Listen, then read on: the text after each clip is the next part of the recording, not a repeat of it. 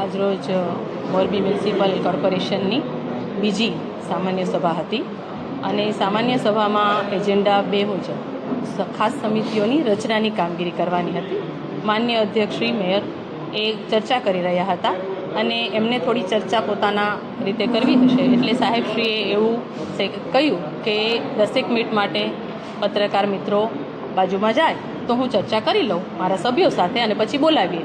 આ કોઈ મિસઅન્ડરસ્ટેન્ડિંગ જેવું થયું અને પત્રકાર મિત્રોને એવું થયું કે અમને બહાર મોકલવામાં આવ્યા છે. મારી અંગત વિનંતી છે કે આપ સભામાં રહેવા હકદાર છો, આપ પબ્લિક વતી છો, આપ કોર્પોરેશનનું હિત ઈચ્છો છો, લોકોનું હિત ઈચ્છો છો અને આપ જ માધ્યમ છો જેના દ્વારા લોકો સુધી માહિતી પહોંચતી હોય છે. ભવિષ્યમાં જો આમાં કોઈ મિસબ્રીફિંગ હશે, કોઈ મિસબિહેવ હશે, ચોક્કસ ધ્યાન રાખવામાં આવશે. કમિશનર તરીકે હું પણ જવાબદારી લઈશ અને આપને હંમેશા આવકારીએ છીએ, આપને હંમેશા નિમંત્રણ આપવામાં આવે છે. મારા ધ્યાનમાં છે મારા ધ્યાનમાં છે. અમે અહીંથી કીધું પણ સ્પષ્ટતાથી નહીં વાત થઈ હોય, ભવિષ્યમાં ધ્યાન રાખીશું. પણ અમે ચોક્કસ એવું કીધું કે 10 મિનિટનો અમને સમય આપો એવું જ કીધું. એટલે સેક્રેટરીશ્રીએ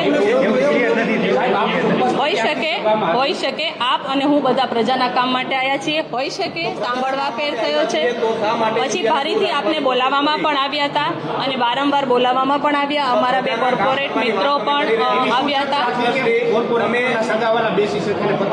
સગાવાલા બિલકુલ આવકાર્ય નથી. આ બાબતને ખૂબ ગંભીર નોંધ લઈએ છીએ અને આ બાબતમાં માન્ય અધ્યક્ષશ્રીએ પણ સૂચના આપી છે એ મુજબ ભવિષ્યમાં પણ ના થાય આ માટે અમે કોર્પોરેટરશ્રીઓના આજે જ આઈ કાર્ડ પણ ઇસ્યુ કર્યા છે અને ભવિષ્યમાં તમામ સભાઓમાં, તમામ બેઠકોમાં માત્ર ને માત્ર કોર્પોરેટરશ્રીઓ જ બેસે એ ચોકસાઈપૂર્વક નિયત કરવામાં આવશે. અને અધ્યક્ષશ્રી આદેશ આપ્યો એ મુજબ હાલ જે ઘટના બની છે એમાં કોર્પોરેટરશ્રીને અધ્યક્ષશ્રી એમની કક્ષાએથી લેખિત ખુલાસો પૂછશે અને જે એમનો આદેશ આવશે એ મુજબ અમે કામગીરી આગળ કરી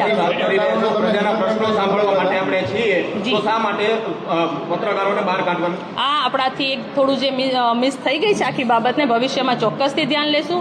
પ્રજાના જ આપ પ્રતિનિધિ પણ છો, પ્રજા સુધી વાત પહોંચાડવા વાળા છો. અમે પ્રજાના જવાબદાર અધિકારી છીએ. ચોક્કસ આની નોંધ લેશું અને ધ્યાન રાખીશું.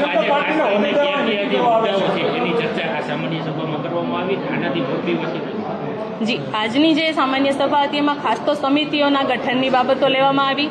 માન્ય અધ્યક્ષશ્રીએ સમિતિના ચેરમેન, વાઇસ ચેરમેનની નિમણૂક કરી. કુલ 15 પ્રકારની સમિતિઓ બનાવવામાં આવી છે જેનું લિસ્ટ આપને આપી દેવામાં આવશે.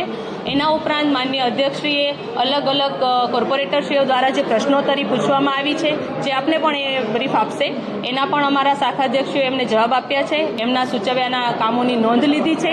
એ મુજબ આગળ અમે એનું આયોજન કરી અને સ્ટેન્ડિંગમાં મંજૂર કરાવી. વિકાસની ગ્રાન્ટમાં એ બધાનો સમાવેશ કરવામાં આવશે અને આગળ આ રીતે કાર્યવાહી થશે. એક ખૂબ ઉમદા કામ પણ આ સભામાં થયું છે જેની આપ સૌને જાણ કરું. માન્ય અધ્યક્ષશ્રી પણ આપને કરશે કે આપણા જે કર્મચારીશ્રી હોય ચાલુ નોકરીએ મૃત્યુ કે અવસાન પામ્યા હોય, કાયમી કર્મચારી વર્ગ 3 કે 4 હોય તો એવા કિસ્સામાં કોર્પોરેશનના ઠરાવ મુજબ 14 લાખની વીમાની રકમ એમને આપીએ છીએ. જે આજે પ્રથમ ચેક હતો એ અમે મેયરશ્રીના હસ્તે જે મૃત પામેલ, અવસાન પામેલ કર્મચારી છે એના કુટુંબીજનોને આપવામાં પણ આવ્યો છે. વિકાસના કામો અને પ્રજાના હિતમાં જ કોર્પોરેશન કામ કરશે એ ચોક્કસ રહેશે. આજે પ્રશ્નોત્તરી હતી તેમાં એક પ્રશ્ન પૂછાયો હતો જે ભંગારની વાત આવે છે. છેલ્લા ઘણા સમયથી જે ભંગારનું કૌભાંડ ચાલી રહ્યું છે તેને લઈને કેમ તપાસ સુધી કરવામાં નથી આવી, ફરિયાદ દાખલ નથી કરવામાં આવી? આ પ્રશ્ન પૂછવામાં આવ્યો અને એનો વ્યવસ્થિત અમે પ્રત્યુત્તર પણ સભાને પાઠવી દીધેલ છે. આ કિસ્સામાં જ્યારે પણ ઘટના બની ત્યારે તુરત જ કર્મચારીશ્રીને નોટિસ આપવામાં આવી છે સિટી એન્જિનિયરની સહીથી. એનો જવાબ આપવામાં આવ્યો છે. જવાબ અમે અગ્રાહ્ય રાખ્યો છે અને એની જે સજા કરવા પાત્ર છે એનો પણ હુકમ આજે થયો છે. આ ઉપરાંત FIR દાખલ કરવા બાબતે 106 હેઠળ અમે ચીફ ઓડિટરશ્રીને તપાસ સોંપી હતી. એનો પણ રિપોર્ટ અમને આવી ગયો છે. એ મુજબ એની તપાસ અને FIR આગળની કામગીરી ચોક્કસ કરવામાં આવશે.